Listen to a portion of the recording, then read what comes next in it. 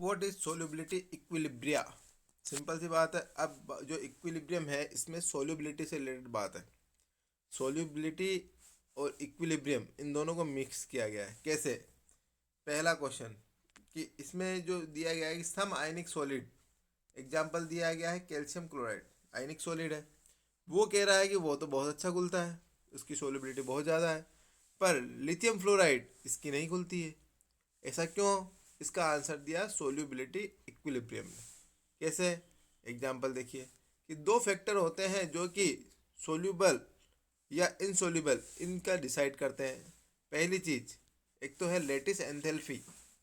Salt जो होता है उसमें लेटिस एंथैल्पी कितनी है, पहली चीज। दूसरी बात, सॉल्वेशन एंथैल्पी कितनी है, ठीक है ना, आयंस की। इन दोनों के अकॉर्डिंग ये डिसाइड होता है कि कौन कितना सोल्यूबल होगा और कौन इनसोल्यूबल रहेगा। एक चीज दोनों चीज देखिए। पहली चीज, ये कह रहा है कि एक सॉल्ट है, मुझे घोलना है, ठीक है। सॉल्ट को मैंने क्या किया, इसके अंदर डाल दिया। कौन है ये? सॉल्यूशन है, ये सॉरी सॉल्वेंट है। सॉल्यूशन अब बनेगा, पर सॉल्यूशन बनने इसके लिए दो चीज चाहिए। क्यों? कि एक तो होता है NaCl। NaCl में क्या हो रहा है, एक बॉन्ड बना हुआ है। कैसा बॉन्ड है कि ये केटायन है, ये एनायन है, आपस में आयोनिक बॉन्ड बना है। तो होगा क्या है कि पहले तो ये बॉन्ड ब्रेक होना चाहिए।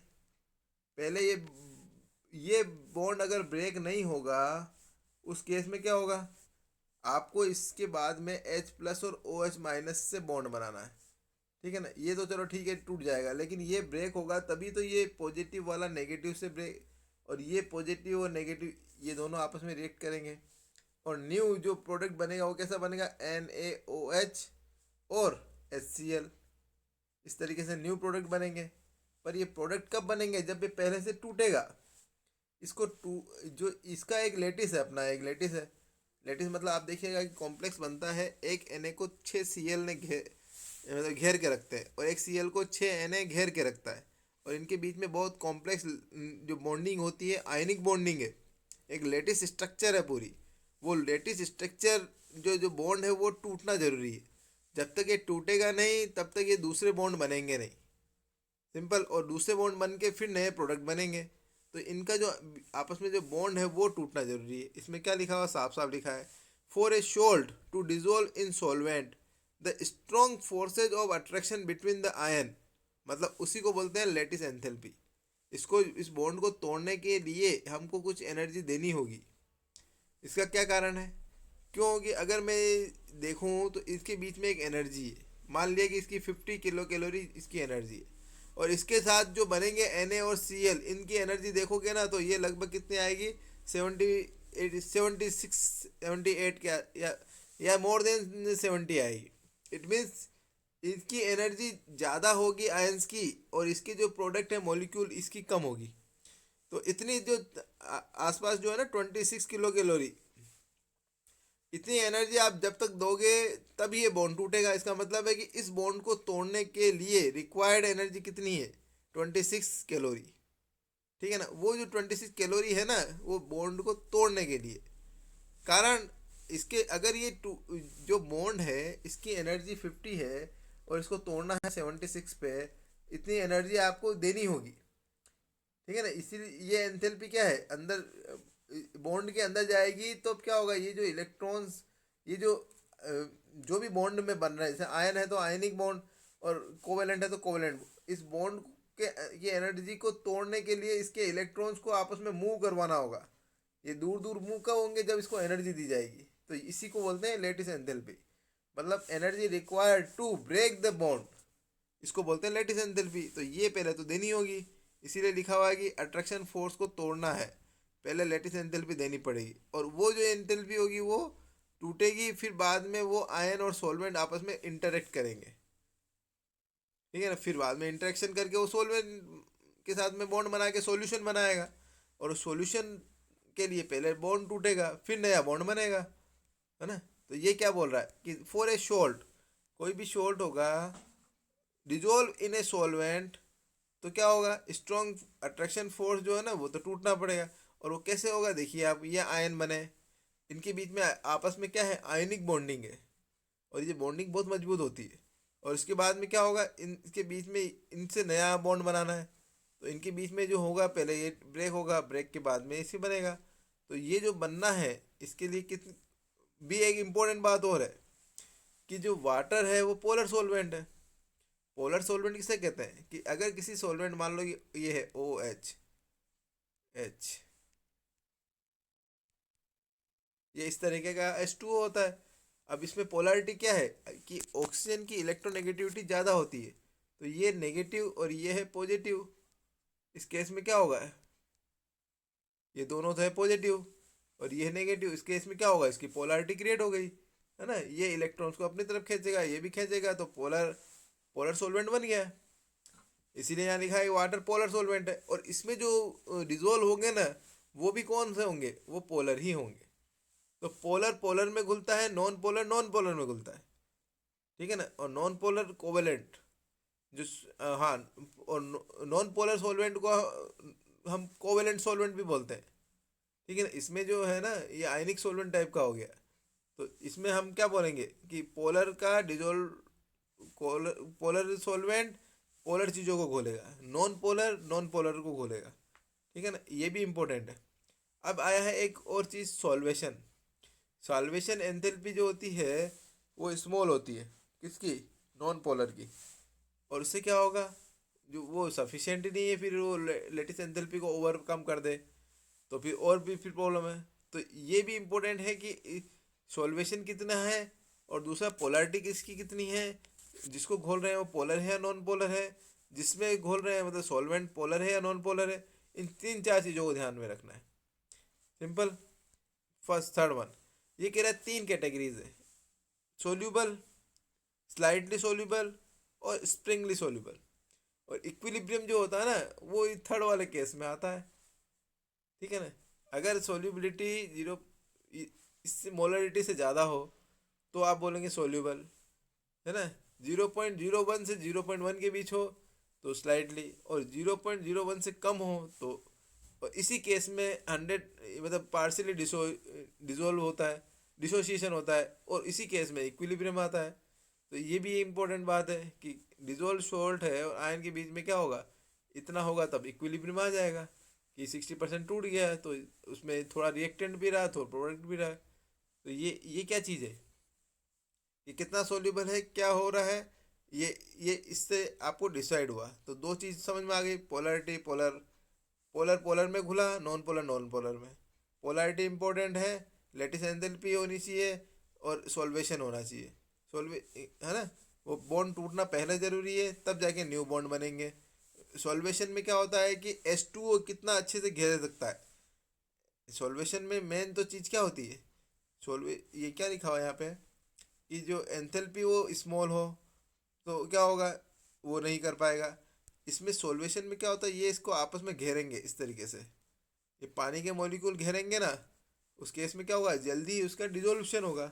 तो सॉल्वेशन भी जल्दी होना चाहिए, ज़्यादा तरीके से घेरना चाहिए, और बॉन्ड जल्दी टूटना चाहिए, दो ही तो चीज़ है, ठीक है ना। थर्ड वन, एक और चीज़ पढ़ानी है, सोल्यूबिलिटी प्रोडक्ट कांस्टेंट। इसके नाम से समझ में आ रहा है कि एक तो ये कांस्टेंट है, ठीक है ना। दूसरी बात है सोल्यूबिलिटी से रिलेटेड है, तो SP, इसको यहाँ पे आपने सब्सक्रिप्शन में लिखा, देखो इसके लिए S, इसके लिए P, तो KSP हो गया। कांस्टेंट तो आप इक्विलिब्रियम कांस्टेंट कभी से आप K लिखते आ रहे हो, ये क्या है, कहाँ काम आएगा, वो यहाँ काम आएगा। हमने कहा कि किस तरीके से आप इसका डिसाइड करेंगे, देखो ये BaSO4 है, इसको इस तरीके से टूटना है, Ba2+SO4 2-, सिंपल, टूट गया है। इक्विलिब्रियम भी आ गया क्योंकि ये वीक इलेक्ट्रोलाइट है।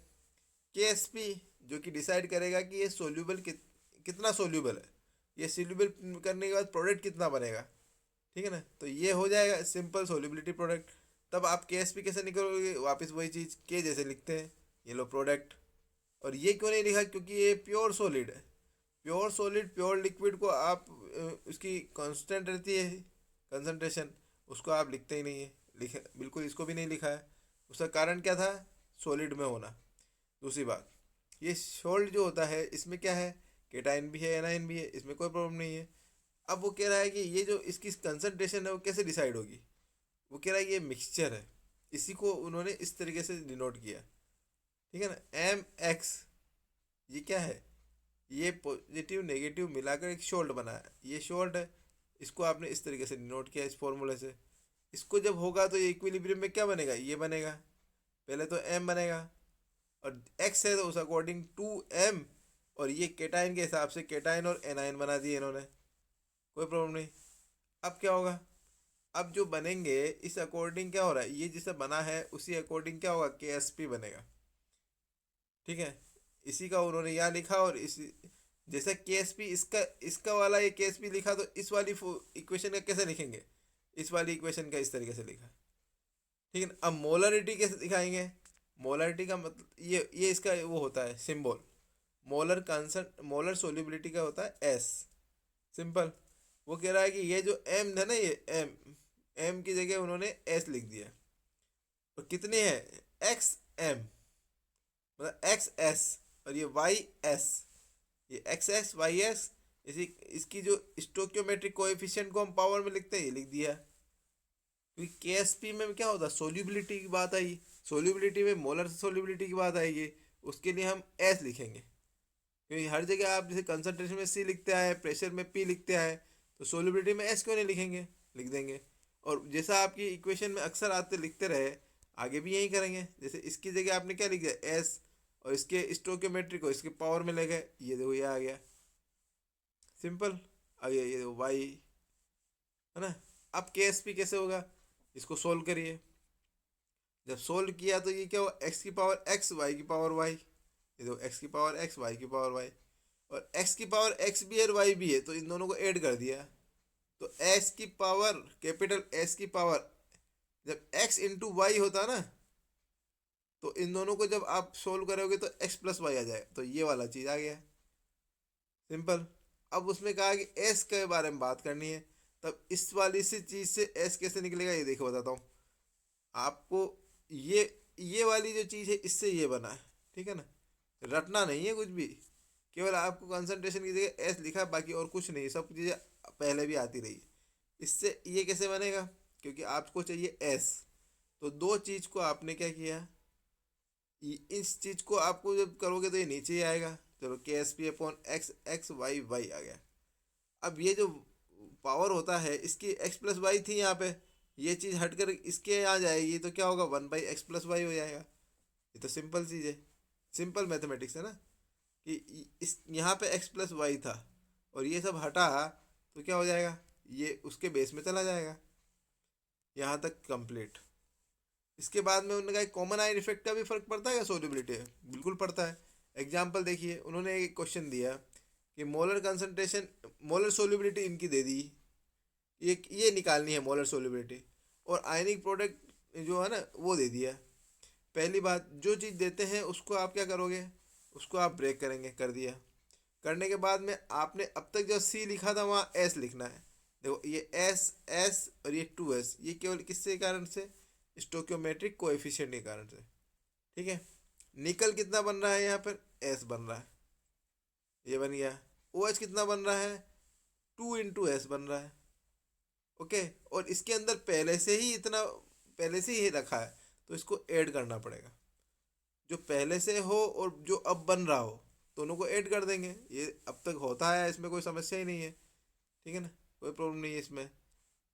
अगला, जब ये हो गया, इसके बाद में हम के एस पी कैसे निकालेंगे, इस वाले के कारण से निकालेंगे। तो ये वाला एस पी, देखो ये हो गया, ये हो गया, ये क्यों नहीं लिखा, क्योंकि ये सॉलिड में है, तो ये इसको नहीं लिखेंगे। अब ये कह रहा है कि इसके इसका वो रखेंगे, तो इसका तो हो गया एस, और इसका क्या हो गया, टू एस प्लस 0 ये हो गया।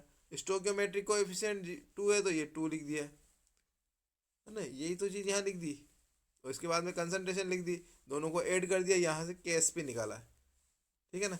के एस पी निकालने के बाद क्या हुआ, ये कह रहा है कि अब तक हम क्या करते हैं कि जो एक्स, जैसे अल्फा है, एक्स है, ये बहुत स्मॉल मानता है, ठीक है ना। ये कह रहा है कि टू एस बहुत स्मॉल है, तो इसको आप जस्ट लाइक जीरो कर दीजिए, तो लास्ट में क्या बच जाएगा यहाँ पे, इसको जीरो कर दिया तो ये बच जाएगा, इसको यहाँ लिख दिया। अब यहाँ आ जाइए, एस, फिर ये 0.1 का स्क्वायर यहाँ आ गए, यहाँ से अब यहाँ आया ना। अब के एस पी इसके इक्वलेंट हो गया, तो एस किसके इक्वलेंट हो गया, तो अब अरेंज करेंगे हाँ, KSP का वैल्यू लिखेंगे अब, वो कहाँ से लिखेंगे, यहाँ से। ये KSP का वैल्यू लिख दिया और इसको अरेंज कर दिया, ये इसको नीचे ले आए, इसकी वैल्यू लिख दी, इसके नीचे ले आए, तो उस केस में आंसर आया ये क्या चीज़ है, ये S की वैल्यू है। सिंपल है ना, तो ये आंसर आ गया आपका। ठीक है ना, और कोई बहुत बड़ी बात नहीं है। इसमें किया क्या आपने, पहले तो आपने जहाँ पे C था वहाँ S लिख दिया, जो पहले से था पहले भी ऐड करता है। जब KSP निकाला तो आपने इन्हीं का निकाला, आयन का, इसका सॉलिडिटी कार्ड से जीरो कर दिया, इनकी कंसंट्रेशन लिखी, इसके बाद में इसको जीरो कर दिया, तो लास्ट में आंसर ये आया। इसके बाद में आपने KSP की वैल्यू रख के S निकाल दिया, ये आंसर आ गया। बहुत सिंपल है। नेक्स्ट वन, ये क्वेश्चन ऐसा आ सकता है, आप पढ़िए इसमें। Which of the following line correctly show the temperature dependent on the equilibrium constant के फॉर एक्जोथर्मिक रिएक्शन। एक्जोथर्मिक याद रखना, डेल्टा एच जिसके लिए नेगेटिव होता है। अब उन्होंने कहा कि ये जो ग्राफिकल रिप्रेजेंटेशन है, ये कौन कौन सी चीज़ जो है इसके लिए सही है। तो आपके यहाँ पे आपको डेल्टा जी पूरे चैप्टर में मैंने पढ़ाया है, उसमें क्या लिखा है कि डेल्टा जी इजिकल टू क्या होगा, ये वाला चीज़ होगा, delta G note plus R T. अब वो इक्विलिब्रियम पे तीन कंडीशन होती है कि ये दोनों, डेल्टा जी तो जीरो होता है, क्यू सी इजिकल टू कैसी होता है इक्विलिब्रियम पे, इसमें कोई प्रॉब्लम नहीं। जब आपने इन दोनों चीज़ को इसमें पुट किया तो ये वाली आया, इससे आपने ये इक्वेशन बनाई, ये इक्वेशन से क्या होगा, ये इक्वेशन से ये बना। ठीक है ना। अब इसमें डेल्टा जी की वैल्यू एक और दे रखी थी आपकी, ये चीज़, ये H minus T delta S, है ना। तो ये जब इसको रखा तो आपने ये इक्वेशन पूरी यहाँ तक स्टार्ट कंप्लीट हुई। कैसे, देखो इसमें क्या हुआ कि इसके नीचे ये रखा तो ये चीज़ आई, जैसे 1/t रख के डेल्टा एच अपॉन आर, ये देखिए आप, ये मैंने आपको थोड़ा सा कर दिया, देखो डेल्टा एच अपॉन आर, ये माइनस पहले आ गया, नीचे वाला माइनस ऊपर आ गया, और 1/t कॉमन ले बाहर ले लिया। तो ये आप क्यों कर रहे हैं, क्योंकि हम इसको mx+c के रूप में देखना चाह रहे हैं। और बाद वाला क्या हुआ, टी से टी कट गया तो डेल्टा एस अपॉन आर रह गया, और नेगेटिव से नेगेटिव कट के पॉजिटिव हो गया, ये एल एन के बराबर हो गया। ये क्या चीज़ है, ये आपको जब लीनियर इक्वेशन पढ़ाते हैं तब mx+c जैसा बनाते हैं इसको, वो उसी तरीके का है। अब यहाँ पर हमने क्या किया, ये नीचे वाली इक्वेशन में हम डेल्टा एच, क्योंकि एक्जोथर्मिक रिएक्शन है तो हमने डेल्टा एच की वैल्यू नेगेटिव रख के देखी, तब क्या हुआ देखिए। अगर मैंने डेल्टा एच की वैल्यू नेगेटिव रखी, जैसे यहाँ तक ये तो आ गया एम एक्स, स्लोप क्या आया, mx+c कहते हैं ना, तो m स्लोप, तो ये वैल्यू m। ठीक है ना। अब वो कह रहा है कि इसकी जगह मैं नेगेटिव रखता हूँ एक्सोथर्मिक में, तो आंसर कैसा आया, पॉजिटिव। इसका मतलब स्लोप कैसा होना चाहिए, पॉजिटिव। पॉजिटिव का मतलब था बढ़ते हुए। ठीक है ना, पहली बात ये आनी चाहिए। c के वैल्यू ये रखेंगे, ये मैंने आपको बताया था c होता है ना, mx+c, Y is equal to mx+c, ये चीज़ थी। तो ये जो m है ना, इसको हम लेके करते हैं कि कहाँ स्लोप होगा, और इसी स्लोप से हमने देखा है कि a वाला, देखो ये भी पॉजिटिव है, ये a में भी जो a वाला है ना, उसमें आपको ऐसा स्लोप दिख रहा है, ये देखो b में भी आपको ऐसा ही स्लोप दिख रहा है, c में आपको नेगेटिव दिख रहा है, और d में भी नेगेटिव दिख रहा है। तो a और b आंसर हो गया आपका।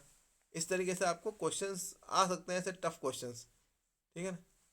तो ये आपको जब देखोगे तब आपको लगेगा कि नहीं, इस तरीके के क्वेश्चन आने चाहिए।